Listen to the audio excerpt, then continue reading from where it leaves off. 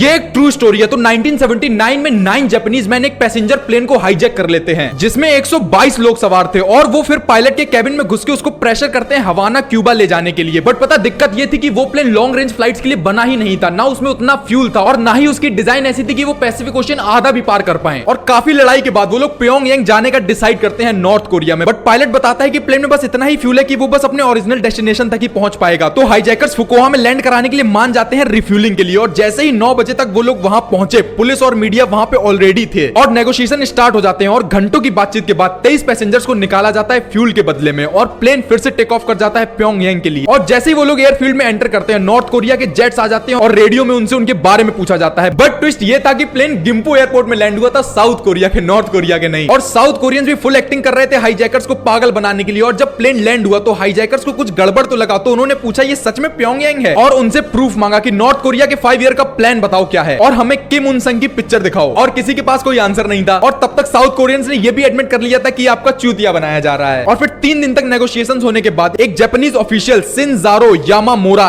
खुद को बाकी हॉस्टेजेस की जगह दे देते हैं और फिर वो सबको छोड़ देते हैं। और फिर फाइनली प्लेन फिर से उड़ता है नॉर्थ कोरिया के लिए। और पता मेन ट्विस्ट अभी खत्म नहीं हुआ। जब नॉर्थ कोरियन गवर्नमेंट ने हाईजैकर से बोला अपने वेपन्स को सरेंडर करो, और तब पता चलता है कि सारे हथियार नकली थे। देखा आपने, confidence is the key, Ben Stokes.